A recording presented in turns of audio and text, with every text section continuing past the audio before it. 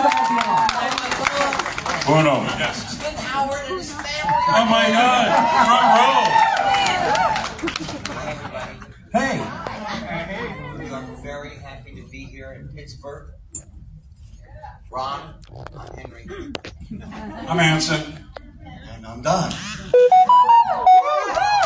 And we're from Happy Days.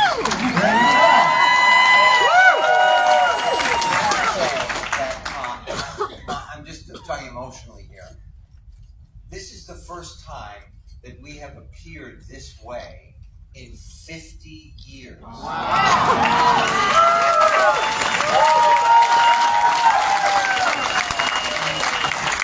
Feels like 50 minutes because we've been having so much fun, hanging, and this was our sort of our great excuse to come together. So thank you, and by the way, it's just been Amazing. a great show. Everybody has been so warm and wonderful. All your energy has meant so much to Lot of us, hugs. but we're here. Yes. And it's fun. So I have just a couple quick questions for you. And what would that be? Better be quick. They will be very quick. So many years have passed. The show is still so much fun to watch. New generations, more people, they're showing it to their children. What do you think about Happy Days? Just gives it unbelievable staying power. I think it's pretty good. There you go. I want to tell you that they chose really well. Our producers, first of all, Gary Marshall was like a brilliant creator, a great writer. He picked 22 or 21 writers in the room from 21 years old until 77. They chose a wonderful cast. Some of them, unfortunately, are not any longer on the earth with us. But we played together, we stayed together, and we worked hard together. Nobody thought they were better than anybody else. I'd say that was a huge key, is that the show evolved as an ensemble. And so that idea of what we were like a family, well, okay, maybe not a family, but we were a unit. We were a community, Totally. And also I think for us, it was kind of like, our coming of age story. We were just growing up through this process, and we had great mentors. Jerry Paris, our director, Gary Marshall, our boss, some of the key writers. Tom Bosley was like a mentor to all of us, and it was a life experience that's really unlike anything else that I've ever known, and we had great chemistry. We've had fun working together from the beginning, and it never failed us. Gary, our mentor, Gary, he also involved us. It was collaborative. We could make suggestions. Yeah. I think the cast really became, added a lot to the show creatively, and they listened. And also Gary treated Paramount like a college. He really inspired us to really, shadow directors, come to writing sessions, go to editing rooms, learn more, learn the entertainment business. And also Ron, too, was a huge help. He was already, my God, a star. But your work ethic and professionalism meant so much. We followed suit. Yeah. And But you would never know that Ron was a star. Yeah. He was just another member of this wonderful unit, as you called it. I'll tell you the great thing. We're standing in Arnold's. We're waiting at the door to come in and make our entrance. And Ron turned to me and he said, "Yeah, let me ask you a question. What do you think? I want to be a director. What do you think? Do you think I could do that?" And I said, "Ron, knowing you now, he is 18. I am 27. I am the oldest teenager in captivity." And I said, "Ron, knowing you, if you were a brain surgeon, even if I didn't need to, I would be a patient." And he went on. I don't know, how is your directing career? Well, I'm always working on it. You are. And, Are you a $1 billion director? Well, I guess I am. A $1 billion director.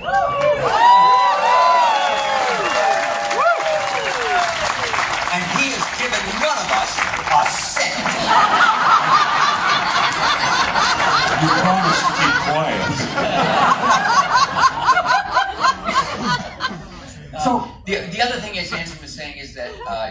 Gary was this mentor, so was Jerry Paris.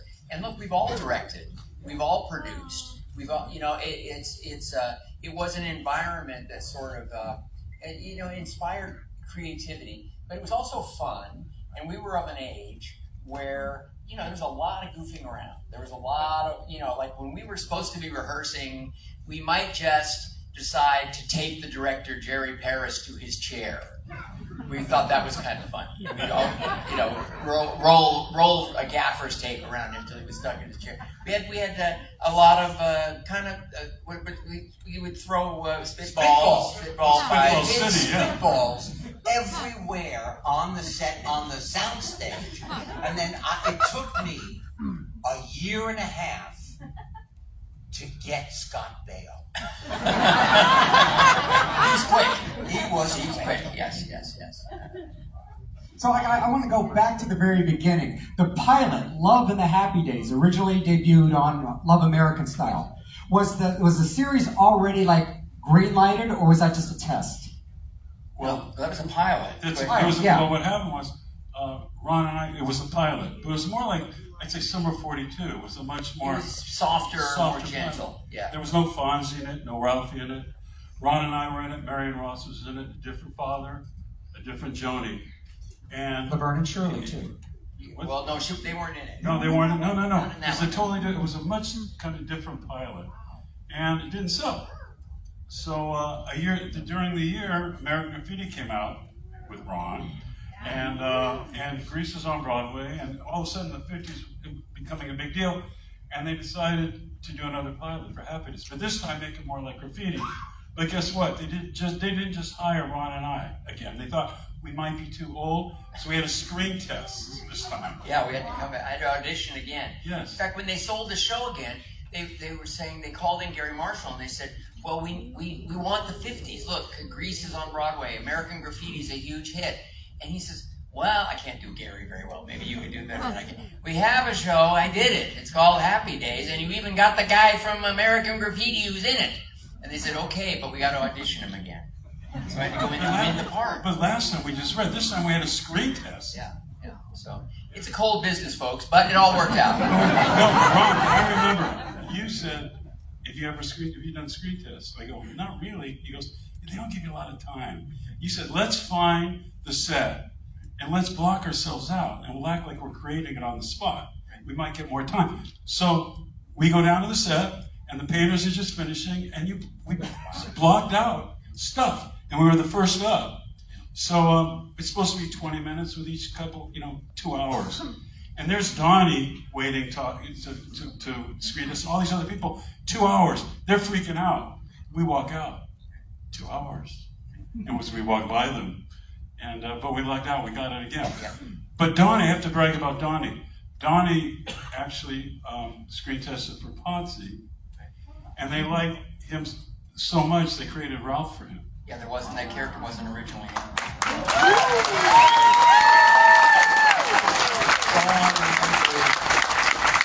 I auditioned. I threw the script up in the air. I sauntered out of the room.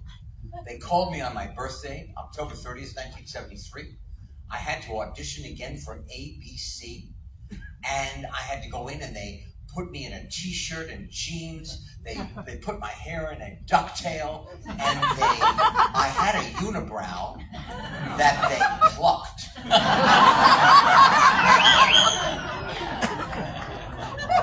Ouch.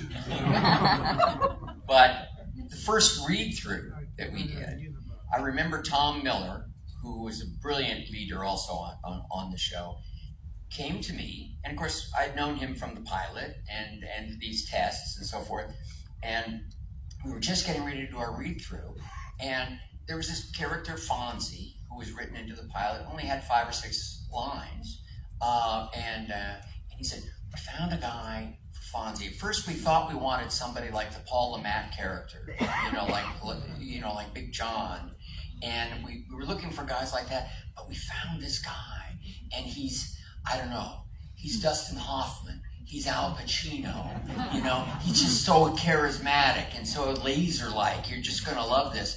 I thought, okay, great. I met Henry, seemed like a perfectly nice guy. We went into that read-through, and those 6 lines jumped off the page through what Henry was doing in such an imaginative way. I'll never, it was like one of those moments. Another moment was when Robin Williams came and created Mork before our eyes. But here it is. Nobody would take the part. Gary Marshall's son, who was 9 at the time, said it would be great if you had an alien on the show. So they wrote this alien. But nobody seemed right or would say yes to the part. We rehearsed Monday morning, 10 o'clock, until Friday at 4. Then we did it in front of a live audience. All of a sudden, Wednesday, at about 11, this young man comes on. Hello. Hello. And he's very shy. And he has suspenders. And finally they've gotten somebody. We're going to do it on Friday at 4. We've lost a lot of rehearsal time. This young man picked up the script, and it was like a volcano went off on the soundstage. And I realized at that moment I had 2 jobs. Keep a straight face, know my lines, and get out of his way. Because there was no way you were going to compete with this brilliant fellow. It was stunning. Don has a funny story about his screen test. Your screen test. Tell him about how the girl ended up being Harvey Miller. Oh gosh, yeah. Yeah, we're talking about the screen test, and it was pretty intimidating, I have to say, when, like Anson said, when Ron, and because all these other actors, there were 6 other guys, and we're saying, that's Ron Howard in there. Because we all knew who Ron was, and he was a big star. So it was kind of, why is he testing? He's testing. And then we didn't know who Anson was, but then they were in there for so long, and we're feeling a little bit like deflated already before we ever started. But so for me, I had to wait because I was over 18, and if you were under 18, they only have you for so many hours. So they're gonna get them out before anybody else. So they made me go last because there were 2 or 3 of us over 18, but there were some that were like 17. So I had to wait before I got to do my scene. And it gets tougher the longer you're sitting around waiting. So I go in and do the scene, and the scene felt pretty good. I felt, okay, I did all right. But now, they said, okay, now we're gonna do improvisations. So what it's gonna be is we have a young girl, and you're gonna improvise that you're going out on a date with her, your first date with this girl. So they give you the setup, and then they leave it to the 2 actors to just do an improv. So again, I have to go last, and it's taking forever. And then finally they come up to me and they said, well, we had to let Kathy, the girl, we had to let her go because she's not 18. So I said, so what am I doing? He said, you're going to do an improv with Harvey Miller, this 38-year-old Jewish writer. And I went, what? I'm doing an improv with him? And I felt like I was like kneecapped, and I had no chance. And I went in and I did the improv with Harvey, and I mean, he was pretty funny, and it probably went better than I thought, but I thought at this point I had no chance in hell. And by the time they got to the interview, because then they interviewed every actor, they wanted to see your personality and who you were, I guess. By the time I got to that, because I had to wait, I felt there was no chance on getting this, and I was kind of like, I didn't care. It was like, yeah, they're asking me questions, and probably that might have worked in my favor, because when you don't feel that need, if you're showing that you're needy and you really need this part, it doesn't work well for you. I literally almost didn't care because I felt there's no chance. But then I got the call. They said you didn't get the part of Potsy, but there's a small part in the pilot, and they want to make you a regular in the show, and you would play Ralph. And Jerry Parrish, our director, loved Donny. And he loved us all. He was great. But he just connected with Donny in a way. And like, I think I remember the first time that you did the I Still Got It. And I think, explain to me how that happened. Yeah, it was because, hold on, I need to drink something. Really something, not water. Can you share? Maybe. Anyway, Jerry was an amazing guy. Just an amazing. He was the next door neighbor on Dick Van Dyke's show, and he directed most of the episodes. He was a fantastic creative genius as well, and a wonderful guy, a mentor for us. So Jerry, he was more like a Ralph character than I was. I mean, he was always cracking jokes, and if you get a really good laugh and score, he would say something, which I'm not going to say what it is, but he always would say this. So one day, it was in the third, fourth season, because we're shooting in front of an audience, and it was a scene where I was supposed to come in. Richie was right there. I think Potsy was there, and I came in saying some kind of joke, and then they'd laugh, and then there was something else that happened in the script. Well, I went up to Ron. I had an idea. So I went up to Ron. I said, I'm not going to tell you what I'm going to say, but it's not in the script. So after you guys laugh, I didn't want you to be thrown too much. Right? So I said, I'm going to say something. And he said, okay, all right. So I come into the scene, I say what Ralph says, they start cracking up, and I go, I still got it. That was Jerry's line. Yeah. That was Jerry's line, and I said, it just felt like it was perfect. And so I stole it from Jerry, but I think he'd be very happy. I'm sure he was happy. He was laughing like crazy when that happened. I loved it when they started, especially when we started going in front of the audience. They wanted us to all have a catchphrase. They, sit on it. Became a big thing, and it pretty much it would go from either some little personal quirk that you had that the writers liked, or something that would get a big laugh. Like the first time that I did Blueberry Hill, they just got a big laugh from the audience, and so they decided that every time I thought I was confident or had done well with a girl, I would come in singing, "I found my thrill." You still got it. But the biggest of all, the one that started all of that was. But I want to say that Ron has been working since he was about 3. Okay. I was trained in the East in drama school. Donny came from the East. Anson, you're from California. Ron had never worked in front of a live audience in all of the time that he was a professional. We went from a single camera, which meant we made like a little movie, and we were almost canceled. And Gary had an idea, Gary Marshall. We would do it in front of a live audience. The first night, I believe you walked by either the makeup room or the wardrobe, and you saw that Ron was almost vomiting.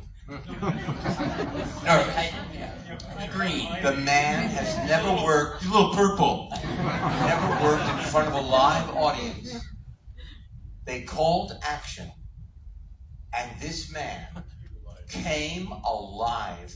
You would never know that it was his first time, and from then on, it was clear sailing.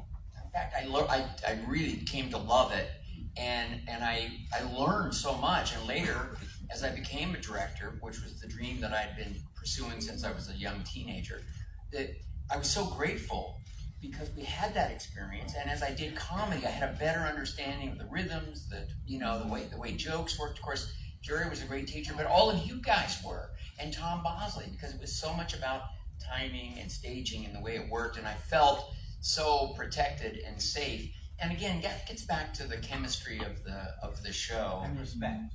You were asking, what made the show work. I used to, I worked on the show, I watched the show, I was appreciative, audiences liked it. I hadn't really watched an episode in ages and ages. And during COVID, I happened to bump into an episode and I just settled back and actually watched the episode. And I thought, oh, that's why that show went on for 11 years. That's why it was the #1 show. We were good!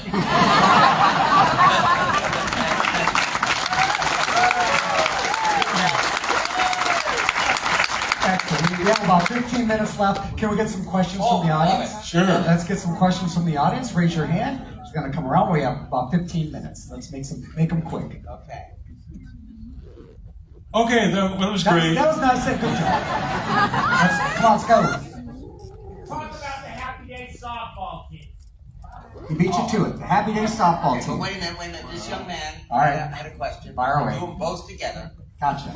So, as legends in the industry, can you tell me what it was like and your best memories of working with Pat Morita and Penny Marshall, who were true legends as well? Well, two very different personalities.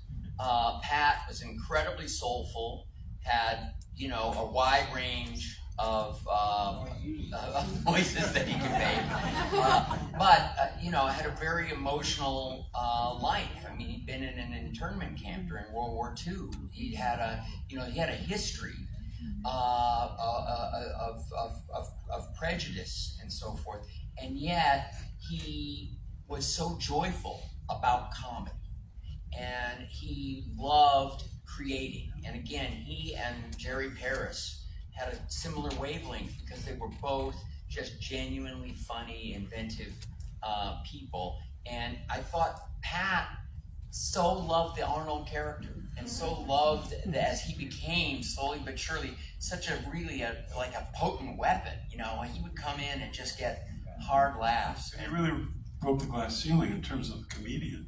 Yeah. I mean, he really, broke And through. then for him with Karate Kid and the rest of his career, it was so gratifying to see that because he deserved it. And then Gary Marshall had the idea that if we play together, we would stay together. He always wanted to own a sports team. So he created the Happy Days softball team.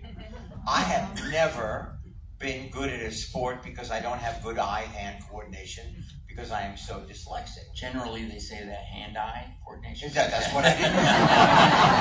I didn't have that either. And in between scenes, literally, they taught me, because they are all athletes, they taught me to pitch. And then as we went out into the field and played first in Hollywood against agencies, other shows and everything, Clint Howard was my catcher and would talk the ball into his mitt. He would literally tell me, show me where I had to pitch the ball. Then we traveled America as a team. And then for the USO, we went to Japan and to all through Germany for the American troops. So we really became a team. And Ron bought me my first mitt that I ever owned in my life. And Anson got me for my birthday my first bat. and we loved that. It was so unifying, and it was a great experience. And yes, we did recruit Clint as a kind of a ringer who is an excellent baseball player. And it was exciting because one time we were playing, you'll appreciate this, we were playing in Philadelphia before a Phillies game. Yes. And it was packed. And we were playing, and usually we would play against disc jockeys and other sort of game show celebrities. This time they had athletes mixed in to it. And Hal Greer, for example, a great, basketball guard, others, football players and things like that. And I looked at this lineup, and I thought, we usually win these games, but I don't know. And I mentioned it to Clint, and Clint just said, Henry can get him out. And Henry got him out. And we won that game 2-1. That's right. The Knicks all I could do was pitch. I couldn't catch. So when the ball was hit to me, I turned my body, I stopped the ball, and I was black and blue on my left side. One thing about Kirk, he really felt too, he said, you'll always have the back of your teammate. And he really felt that playing ball, having these experiences around the world would also come to the set. And it did. And it did. I think it's a major reason we're so close today. I really do have a huge effect on our friendship. Next question, please. What do we got? Next question. Okay. There you are. Thank you. There you go.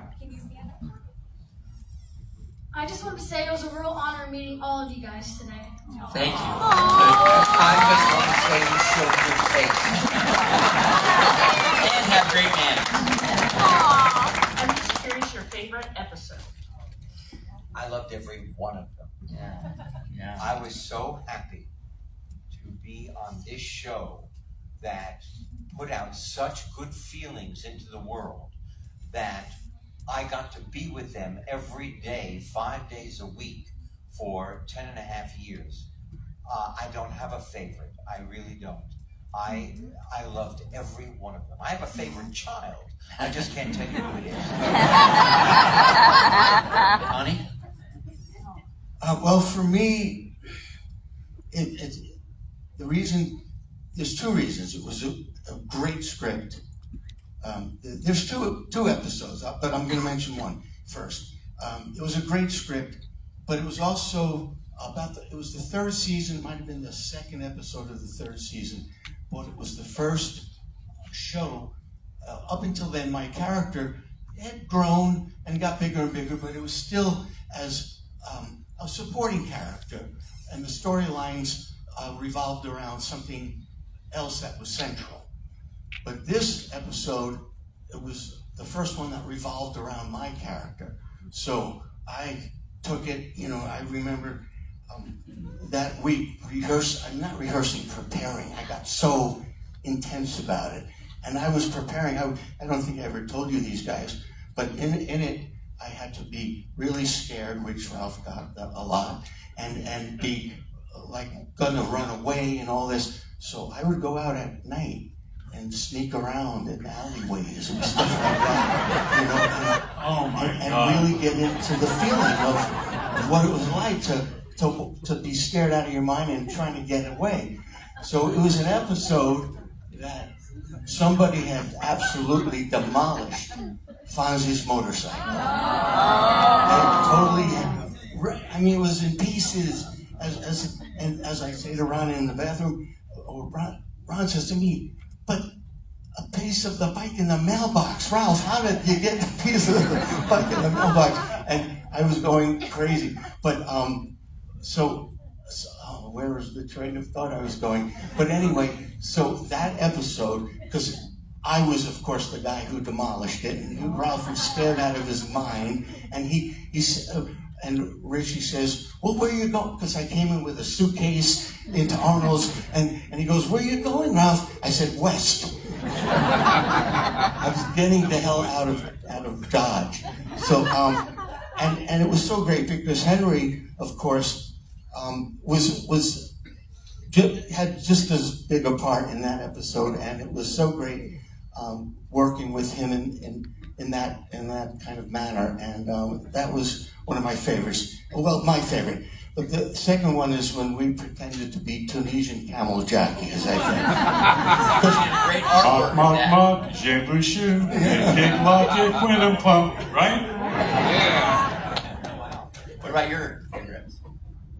Well, my second favorite, it's hard. I love the Saving Fonzie's Life episode. That was it was wonderful. And I love singing to Joni episode. But my favorite episode was his episode. Every time I saw that show, I just cracked me up. I just was so entertained. So I think it was Don's episode, Smashing up Fonzie's Bike. Very hard because there was a whole range of episodes that I really liked, and a lot of them funny, and I enjoyed, especially as we started to have an audience, just feeling the laughs and being able to control that. But I left the show after 7 seasons. Oh my God! And began directing. That was a moment. There was a phone booth by the door next to the donuts, and it never rings. And then they say, Henry, there's a phone call, and it's Ron. He said, I just have to tell you, it's going to break in the news in about 10 minutes. I'm not coming back. I thought my life was over. It wasn't. The show went on for years after that, and we remained very close. But I think, in a lot of ways, occasionally my character would come back, and I think those are my favorite episodes because it was a return. And even though I had left to kind of go on my own adventure of trying to become a director and make movies and so forth, I still felt a part of it all. But it also reminded me just how great those years where I was there every week with them was. And so it sounds a little corny, but when you asked that question, I immediately went to the episodes where I was coming back and sort of feeling that warmth and excitement, and also just the fun of the show and the laughs of making the show and hearing the audience laugh at what we did. One of the last episodes we did, Ron came back and said, now I'm leaving for good. And at the door, I was saying goodbye to him and I started to cry. And that was Henry crying, saying goodbye to Ron. But it wasn't goodbye because a few years later, I had a chance to make my first studio movie. Night Shift. We had a good studio really wanted to make it, but we were having casting trouble, and they wouldn't do it without a star. And finally they said to me, they said, "Do you think Henry Winkler would be in this movie with you?" And I said, "Well, I don't know. He could play either part." They said, "We don't care. If we get Henry Winkler in the movie, we'll make the movie." So I went to Henry and I said, and we had a lunch in the Paramount commissary. And I said, "There's this opportunity for this movie." Gans and Mandel wrote it. Lowell had been one of the producers of Happy Days. And I said, you choose the part, but I'd love to work with you on this. And in a day, he called back and said, "I'd love to be in the movie," and chose to do it. And it was a green light from there. And then we went out and found Michael Keaton, who was an unknown. But because they had so much, they were so satisfied with Henry in the starring role, they were willing to cast an unknown. And that made it possible for Michael to really come through with that role. So I don't think I would be sitting here with the credits that I have if Henry hadn't said yes to that movie. So.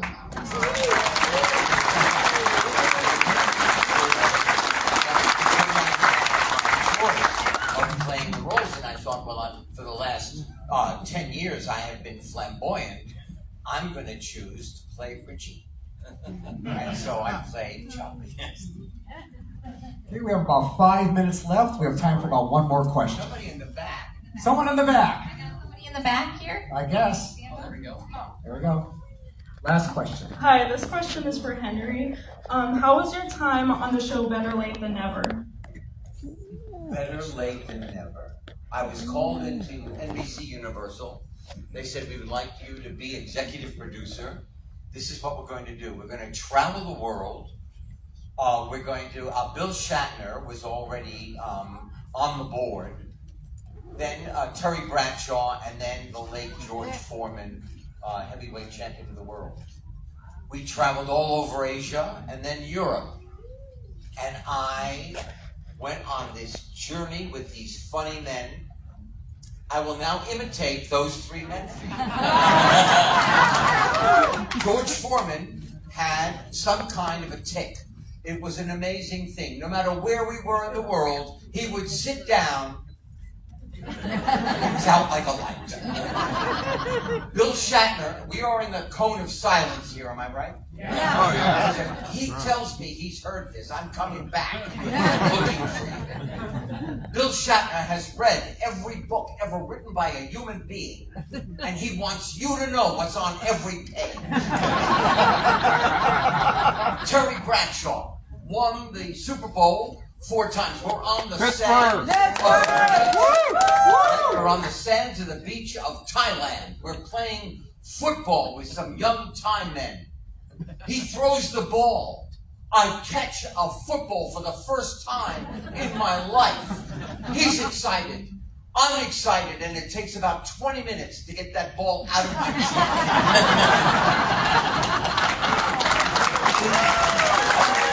One quick question. Yes, Uncle, one quick one. Make it quick. One question, quick one. Hi guys. In the early years of the show, the tone was a lot different, and then it changed dramatically. As actors, how was it adjusting to that change, and did you prefer one acting style over the other? Gosh, we know, again, we almost were canceled. Yes. And that's when they decided to go live audience. And I think that's when we became alive. I think that's when the show really took off, and from a performance standpoint, and it was part of the strategy of going in front of a live audience was also to take advantage of this phenomenon that was occurring in that first season and a half, which was Fonzie was emerging as this, this great pop culture figure. And this was going to be a chance for them to feel the audience responding to Henry's charisma and what he had created with the fonts, and it really, really worked. So it was a different tone. As I said, I was more comfortable personally with the single camera. It was more like the Andy Griffith Show had been done. But I was so grateful as I began to understand the excitement of the live audience. And of course, the show climbed into the top 10, and I think in our next season it became the #1 show. I also think it was a better show because we had a week to rehearse. And the we writing. could keep rewriting. So it was a way to really perfect the show. Now for Donny, who'd done a lot of theater, and Tom, who'd done a lot of theater, I think you guys were kind of excited about it in a way. Yeah, and Henry had done a lot of theater too, and yeah, we were excited. The thing was, I think the reason that Gary and I think Jerry was part of it, because I remember Jerry thinking we had a perfect cast to do this kind of a show. And the thing is that the big shows then, the big comedies, was All in the Family, which was shot in front of an audience, Maude, which was shot in front of Tyler Moore, Good Times, which was against us. So they said, it seemed like we had to convert to that to compete with that style. So I was excited because doing live theater is different, and it's exhilarating and it's very exciting. So and Jerry had directed that style in his first year directing the Dick Van Dyke Show. He won the Emmy as Best Comedy Director. So we had a perfect team to do it. And I always say, because Henry said this earlier, he said, we worked hard. Yes, we had fun. We had a great time, and we goofed around at times. But all the cast were really talented people working very hard to make something look easy. And that's why because we respected each other professionally, and we did take it seriously, but we were able to balance it because we got along so well.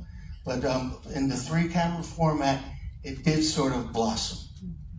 Well, that is all the time we have. I know it breaks my heart. But please, so happy tomorrow. If you did not sign up for the tour and look at the picture, please do. This is my last opportunity. Please, it isn't better than that.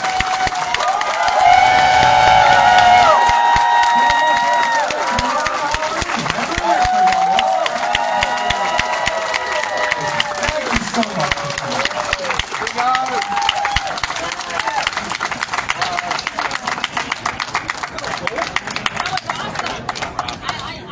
I'm disappointed. Once again, they're going to have their 4-person photograph tomorrow. If you didn't sign up for it yet, please do. It's going to be a long time before that happens again. Also, if you've got the 4-person and you need it signed, tomorrow's the day to do it. Have a great night. We'll see you guys later. Cheers, everyone.